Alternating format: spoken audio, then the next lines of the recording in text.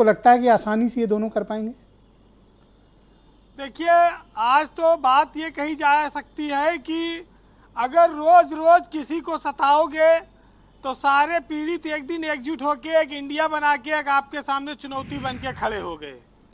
ये रोज छापा और रोज हमले, रोज सरकारों पर तोड़ फोड़, ये विपक्ष को इसने एकजुट कर दिया। और ये मजबूरी का एकजुट माने या परिस्थितियों का माने, लेकिन आज इंडिया बन गया और ये कई बार जो ताबड़तोड़ कार्रवाइयाँ होती हैं उसके नाते भी बन गया। इस इंडिया की जो नामक संस्था बनाई गई है, इसका पहला परीक्षण अब आएगा सामने, आपके सामने, जब राजस्थान, मध्य प्रदेश और छत्तीसगढ़ का चुनाव होगा। इसकी पहली परीक्षा ये बताएगी कि ये गठबंधन, ये जो 26 दलों का गठजोड़ है, इसकी क्या ताकत है और क्या इसके पास रिजल्ट देने की क्षमता है। बात आती है कि सीट शेयरिंग तो देखिए अभी बहुत वक्त लगेगा उसमें, लेकिन हमारे देश में एक चीज़ ये साफ है कि ना किसी को भ्रष्टाचार से परहेज है, ना किसी को परिवारवाद से। बस अपनी सुविधा कहाँ फिट हो रही है उससे मतलब रखना है, चाहे वो एनडीए हो चाहे इंडिया हो। आज ये कहा जाता है कि जो लोग असीमित भ्रष्टाचार करते हैं वो फला दल में चले गए, जो कम करते हैं या जो हमारे साथ हैं वो सब साफ सुथरे हैं। लेकिन इस देश में क्या यह कोई मुद्दा है? इस देश में मुद्दा एक है, वो है हिंदू मुस्लिम का मुद्दा। अब ये बात जरूर है कि असीम बकार साहब कह रहे थे कि मुसलमान को सम्मान नहीं है, ये इंडिया में भी कोई मतलब की बात नहीं है। इनके नेता दक्षिण भारत से आते हैं, वो मोदी को मोदी बोलते हैं, वो उत्तर प्रदेश में मुसलमानों का कितना वोट ले लेंगे आकर। उनकी भाषा में आधा जो है अंतर आ जाता है, और सब लोकसभा पे कितना चुनाव लड़ाएंगी एमआईएम पार्टी। मुसलमान की जो सबसे बड़ी चिंता थी वो थी कि उत्तर प्रदेश में वो इस बार कांग्रेस के साथ जाए कि समाजवादी पार्टी के साथ। अब इस इंडिया ने एक चीज़ ये साफ कर दिया कि कांग्रेस, अखिलेश यादव और जयंत चौधरी, ये तीनों एक साथ लोकसभा का चुनाव लड़ेंगे। सीट जो आएगी वो अलग बात है। तो ऐसे में जो मुसलमान वोटों का बिखराव था, भटकाव था, उस पर एक बड़ी लगाम इस नाम के वजह से आज आ गई है। ये बहुत साफ है। और यूपी के गठबंधन की बात भी साफ है। देखिए, एनडीए के पास आज बहुत मजबूत समीकरण उत्तर प्रदेश में बना, जिसमें राजभर के आने के बाद से और दारा सिंह चौहान की वापसी, वो बीजेपी को बड़ी ताकत देती है।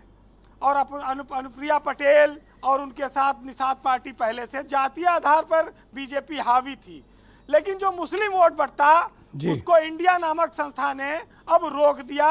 उससे विपक्ष की ताकत बढ़ेगी। ये तो कह रहे हैं घर घर जाएंगे और पूरा स्यापा फैलाए हैं। भाई, हमने कहा इनके नेता की भाषा लोग समझते नहीं हैं। वो मोदी को मोदी कहते हैं।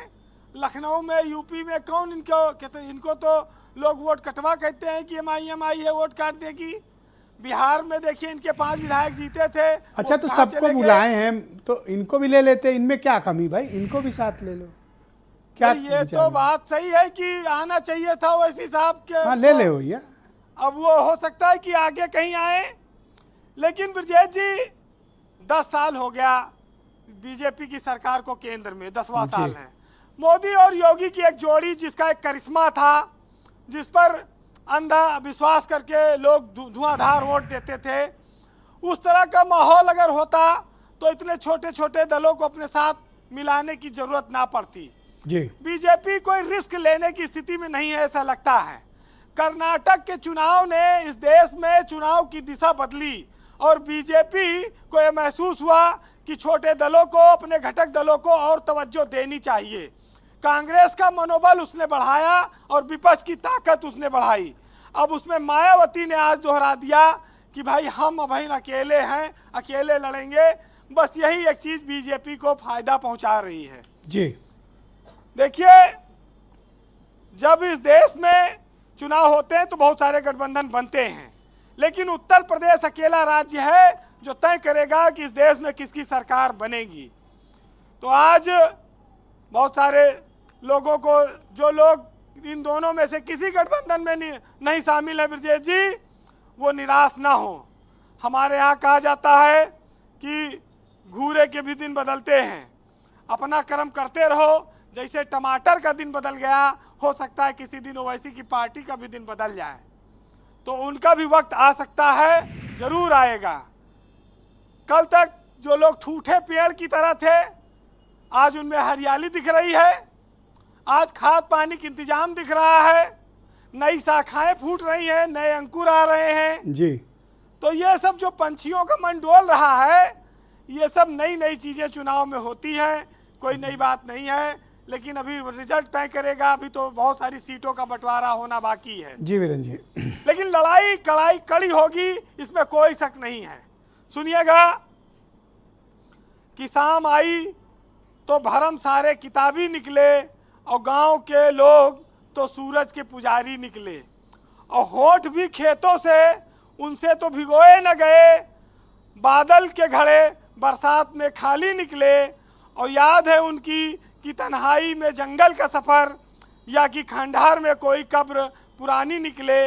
और शाम का बूढ़ा चला चांद की ओर कंदील लेकर, और रात के दामन में कोई कहानी निकले। वक्त सर देने का आया तो रहा मैं तन्हा, यार तुम तो बस बातों के खिलाड़ी निकले। बहुत शुक्रिया वीरेंद्र जी, बहुत बहुत धन्यवाद ग्राउंड जीरो से फीडबैक और इनपुट देने